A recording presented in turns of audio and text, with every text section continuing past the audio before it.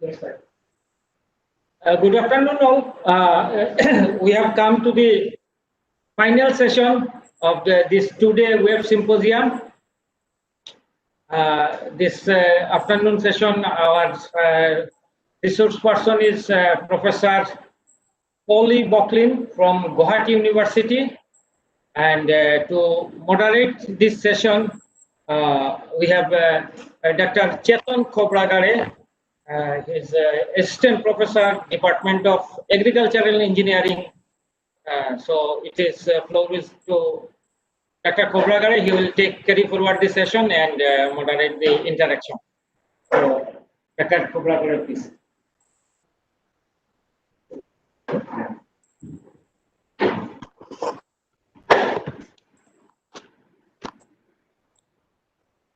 Thank you, sir. Thank you, sir. Welcome, ma'am. I would like to introduce our respected speaker, ma'am, Professor Polly Vauqline, ma'am. Madam she is presently as a head of department in the Department of Human Studies, Guwahati University, and her area of specialization is gender geography, women studies, gender and climate change, ecofeminism, and gender-based violence. She has awarded her PhD from Nehu Shillong. Madam has published various research papers in the international and national publications, as well as Madam has presented papers in the national and international seminars in different countries, that is USA, Singapore, Spain, Sweden, and Bhutan. Madam has completed a lot of research projects on the topic of surrogacy, sexual harassment of women at workplace, socio-cultural, political, and economic status of women of Northeast India. She has engaged as a mentor for the Assam Care Program of Government of Assam during the COVID-19 pandemic. In addition to above, she was awarded the Gender Place Cultural Award in 2009. I welcome ma'am to this program that is creating a better workplace for women. And madam will deliver the lecture on the topic of role of ICC at workplace, that is Internal Complaint Committee. So this session will be very useful for those who are working in the different places. Welcome, ma'am. Thank you. Should I start? Yeah. Yeah. So thank you to the organizing committee for making me a part of this prestigious webinar. And this is some area which I've been working for a very long period of time. And I've been working on domestic violence or gender-based violence for a long period of time. But sexual harassment of women, in this regard, I had done some deep studies and on Assam. So I can throw you some light, but let me talk about internal complaint committee for which I've been invited. So I've been invited to talk on roles of internal complaint in the workplace. So I think from the previous sessions, you are very aware that a very renowned and a very important legal paper had come into the public forum through number of movements, a series of movements, which ultimately culminated into a legal document. Prior to that, it was a legal paper, but it was just a paper which was known as Vishaka guidelines. And this Vishaka guidelines, when it got it legal recognition, Madam. Madam. Can you? Hello, madam. Sorry to interrupt you. Yeah. Madam, sorry to interrupt you. Please increase your voice, microphone voice. Please increase. Madam, please volume. Yeah, I think I my headphone. Is it better now? Now it is okay, madam. Hello? Yeah, yes, madam, it is okay. Hello? Yes, madam, it is okay. Can you hear me? Yes, madam. Yes, madam. Yes, madam, it is okay. Hello? It is okay, madam. Hello? Now it's okay, madam. Yes, madam, it is okay, madam. Now it is okay. Can Yes, you madam. hear me? Yes, yes, madam. Yes, madam.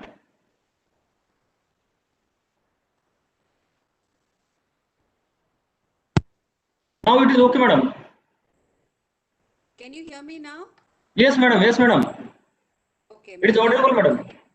Okay. So this document was very important document because prior to that, in the Indian Constitution, we have many wishes. Kindly, you can use the headphone. Kindly, you can use the headphone. Okay. Okay, let me try once.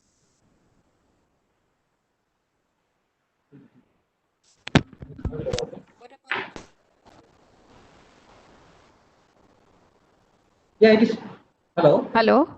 Yeah, audible now. Audible now, madam. Audible now, madam. It is okay, madam. Hello.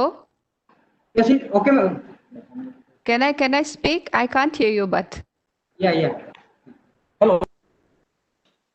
I can't hear you, but you can hear me. Yeah, madam, madam. Now it is okay, madam. Please you continue, madam. It is audible, madam. Now. I can speak. Yes, I'll yes, speak. madam. Please, yes, madam. Please Okay. continue, madam. Okay, madam. So, so this is a very important document which came up and which is known as Sexual Harassment of Women at Workplace, Prevention, Prohibition and Redressal Act 2013. And in this act, there was another very important component which is known as the ICC. So Internal Complaints Committee is a very, very important component of this document.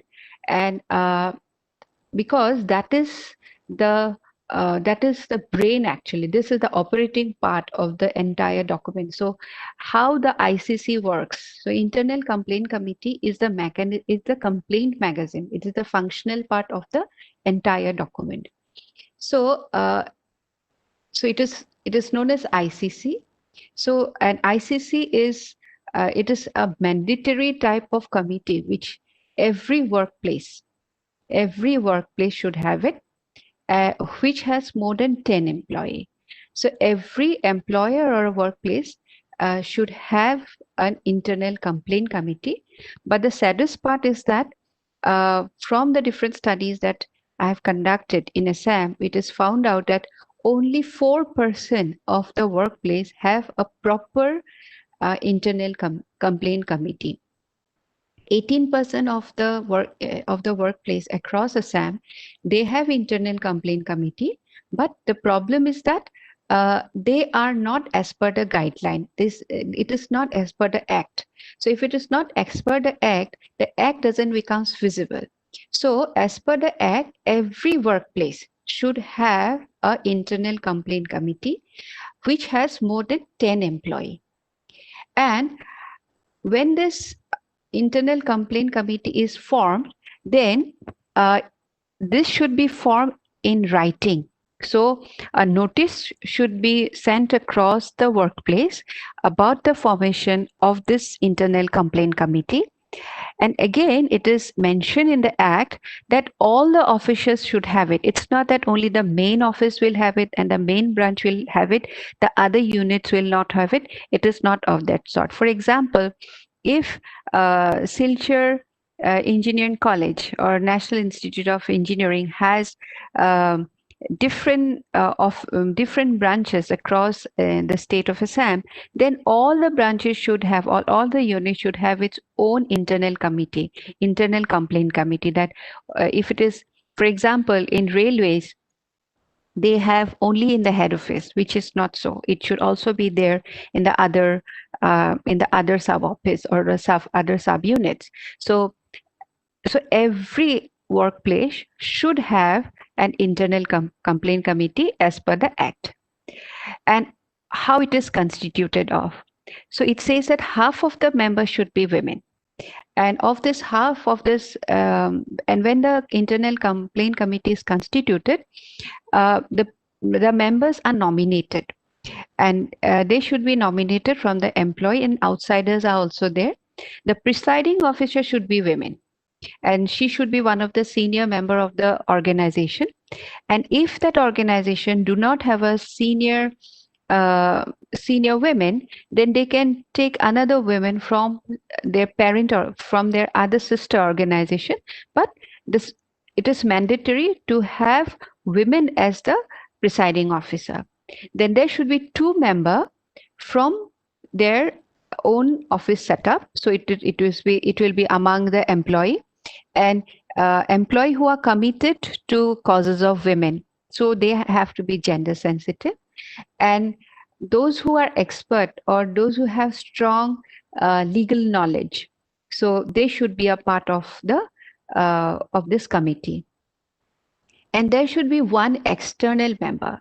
So this one external member can be a member from some NGO or who are associated with women related organization. So they also become a member of the ICC. And it's not that they do not have a fixed number.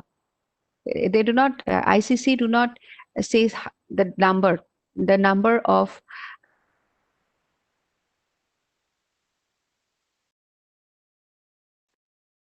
So this is how it takes place. So, and this committee is formed for 3 years, and half of the member should be women. And why the importance of a legal member is emphasized, or why I'm trying to emphasize, I'll explain it in the later part of the discussion. So the internal complaint committee, again, I would like to I want to recap upon that there is a presiding officer. There should be 2 members from the employee, and they should be gender sensitive, and 1 external member. So it might be 3 also, but usually it has to be even number. So odd number, so that whenever there is any voting, so it works out in that way. So it is for 3 years period of time, and there should be 1 external member, and half of the members should be women. So this is how it is constituted, and this was how it was initially. This was the initial guideline which was provided by the Act. But in May 2016, there was few amendment which was taken place, taking into consideration like there were certain loopholes, like the college and educational institute that got left out. So in the next amendment, which took place in May 2016, it was stated that there should also be student representative in this committee. So whenever any issues related with students are concerned, then the students representative should also be a part of the ICC. Now, next is how a complaint is lodged. Now, one has to understand this: the ICC is vested with the same power as a civil court. So it is like a civil court. So how it works in the civil court, it is actually a mini civil court inside an educational institute. So because all the powers, the same power which a civil court has, the ICC also has it. So it is very important to have a legal member, a person with legal experiences, so that because these are things which are legally associated, or it has legal relevance. So it is convenient to run or to operate the ICC if a person who has legal expertise becomes a part of this ICC. Now, how to lodge a complaint? Lodging of the complaint, it has to be written. So no verbal complaint are actually can be entertained in the ICC, because as we know that, as I have stated, that it is like a civil court. So if any complaint is lodged, it has to be written, and the complaint has to be lodged within a period of 3 months from the date of occurrence of the last incident. So within a period of 3 months, the complaint has to be lodged, and it has to be a written complaint. And if the person is illiterate and they don't know how to write, then the legal heir of such person can complain on behalf of the victim. Or if the person may be mentally imbalanced, or physically challenged. So in such cases, the legal heir can complain on behalf of the victim. And in certain cases, the complaint can go beyond, like if they cannot complain within a period of 6 months, 3 months, maximum time is 6 months. And if maximum is 6 months, and that too if it is, and there the person has to state why the victim has taken such a long period of time to complain. So the complainant has to give some valid reason for complaining so late. So within a period of 3 to 6 months, like the complaint has to come. So after a complaint is lodged, the first initiative which is taken by the ICC is it is reconciliation. Like before any discussion or any legal action is taken, reconciliation is tried to work out. They try to settle the matter by hearing the respondent and the victim, hearing the respondent and the perpetrator, and try to resolve it through reconciliation. If it doesn't become a reconciliation, then a series of hearings are done. So and then the whole investigation process starts. And this whole and after the complaint is lodged, within 10 days period of time, the ICC has to sit down and start the probing of the case, start looking at the case. So first the written complaint comes, then reconciliation starts, and if reconciliation do not happen between the two, then the investigation starts. And from the time the complaint is lodged till the action is taken, it should be within a period of 10 days. So within a period of 10 days, the investigation has to start. So once the investigation starts, the evidence has to be brought in, people who are associated. So the power rests on the internal complaint committee to start the entire investigation process.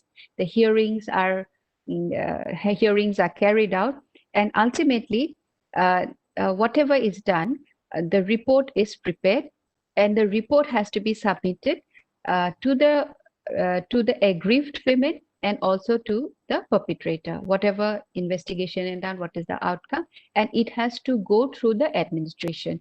The ICC do not send the report to the aggrieved women and to the perpetrator. It has to go through the administration. For in the university setup, it is the registrar who sends the report, and the report is sent. So once the report is accepted, and if it is sent to both, so that both of them have a view, they have because they may not be happy with the outcome of the findings or outcome of the findings of both outcome of the findings of the ICC. So the report is submitted so that both the parties get a chance to say their voice. For example, if a verdict is given, if certain type of punishment is laid out by the ICC and it is not agreed upon by the perpetrator, then the perpetrator is again given certain amount of time to respond. And in the same way, if the aggrieved woman is not happy with the outcome of investigation which is carried out, then again she also can appeal for reinvestigation, or she can also say so certain period is given. So this is the process how it is done. A written complaint is lodged, first reconciliation is done. If it doesn't work on reconciliation, the investigation process starts, and once the investigation process starts, a report is prepared, and after the report is prepared, it is sent through the administration to the complaint, the institution, because there are many institutions, maybe 90% of the institution, nowhere in the service rule sexual harassment is regarded as a misconduct. So this is another lapse and which needs to be worked out. So it is the responsibility of the institution to treat sexual harassment as a misconduct, and it should be mentioned in the in the service role. Now, again, along with the trial of the cases, there are other responsibility of the ICC is that like if employer fails to establish an ICC in the institution according to the act, they can be fined to an extent of 50,000 rupees. So if any education institute or any workplace do not have an ICC, they could be charged fine of 50,000 rupees to pay. Another responsibility of the ICCs is that, and of the institution, the identities and the addresses of the aggrieved women and the perpetrator shouldn't be revealed, or not just the women, also the respondent and the witnesses, or any information which took place during the inquiry process shouldn't be published or communicated to the public, press and media in any manner.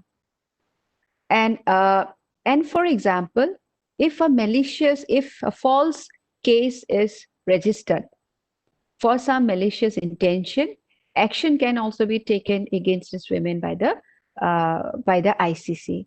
So, and again, if anybody is not satisfied with the verdict or with the findings or with the whole process of ICC or with the outcome of the findings of the ICC, there are few courts to which they can address. It says that no court inferior to that of the metropolitan magistrate or a judicial magistrate of first class shall try any offences punishable under this act. So if they can approach the court, but it should be of metropolitan magistrate and judicial magistrate of first class, they can only take up cases of sexual harassment of women sexual harassment of women in the workplace if they are not satisfied with the outcome. So this is in a very shorter way I tried to work out. And I think I don't know how much time I have. I try to finish it on time so that I can get some question answers or clarification in this regard.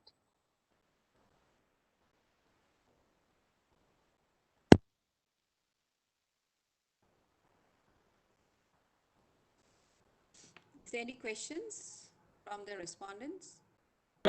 One question from one audience. That is Mohammed Halim. How to reduce the woman harassment in workplace?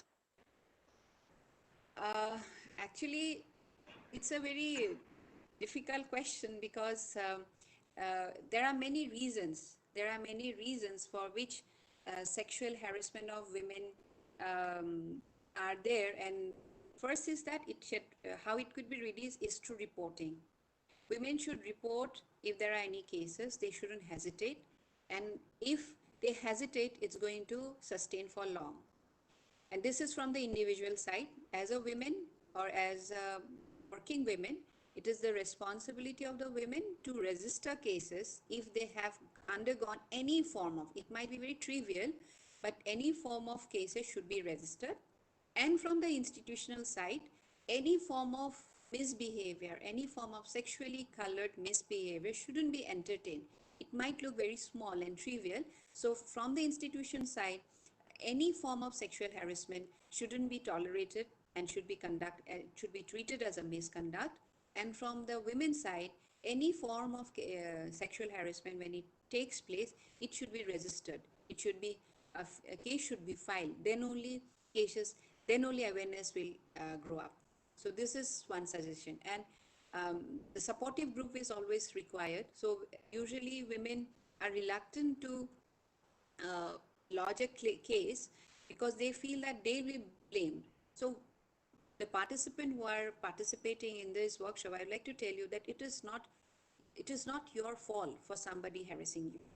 So keep that in your mind. If somebody is harassing you, that is the fault of that person's mindset, not yours. So come forward, register your cases, then it can be taken as a serious case. Any more questions? one question from Dalmi Worry. Can administrator reject or cancel the decision or verdict of ICC? No, they cannot do it. Because why it cannot be done? Because it is a verdict of the, it's almost as I told you that it is a verdict of the civil court. So it cannot be done. It can be challenged. It can be challenged in the court. Usually it is not done. So usually what happens, the ICC, that is also another loophole of this act. It doesn't, it is silent about if the employer not act, what action needs to be done, the act is silent about it. So this is again a loophole of this act, but actually they can't, it can be challenged.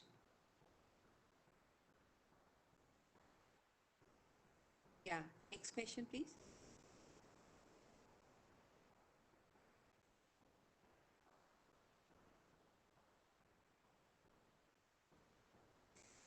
I can also add certain things is that according to the study which was conducted, we found that 48% of women are harassed in the workplace. And Give me a nearly second. 40, across, yeah, across the state of Assam, 48% of women in the workplace are victim of sexual harassment at the workplace. And but it is far more. These are reported cases. So it is far more than 48%, and it is normalized. Even saying slang words in the workplace is a form of sexual harassment. Casual sexually colored jokes shared in the workplace is also a form of sexual harassment if the women is not happy to listen to those jokes. So these one should be very careful of to stop because it creates a hostile environment. It lowers or demeans the dignified position of women in the workplace. Madam, Yes. what can be the punishment if person is conducted by ICC? This is the question from Arjita Paul. Yeah, there are different type. Actually, it would have been very much easier for the institution to provide different punishments because if it is laid out in the service rule.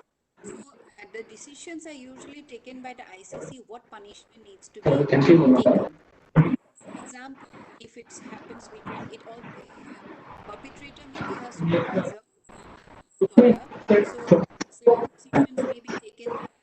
The research specific no women should be allowed to be carry out research in workplace. So it depends. Like it depends on the decision of the ICC what punishment needs to be given. It depends on the gravity of the problem. It might be a warning, it might be a written warning, or if from a very very I won't say it's lesser impacted, like if it's very softer punishment can be a written warning to to that perpetrator. So if the person again pursue, then maybe stronger action needs to be taken. But we have seen that even a written apology or a written warning by the authority stops this form of violence or this form of sexual harassment in the world. So it depends on the gravity uh, of the uh, of the harassment, and the decision is actually taken by the ICC what form of punishment needs to be given because it's not laid out in the service rule.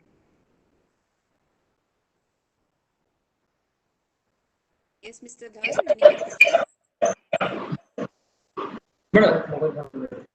Madam, last question. Yes. Is there any punishment for the woman if she is found false her allegation? Yeah, there is. That's what I said towards the end of the presentation. Like if the women is found to found to um, lodge a false allegation or some malicious intention, then she can also be punished in the same way, and the punishment may be very severe in the same way as a perpetrator.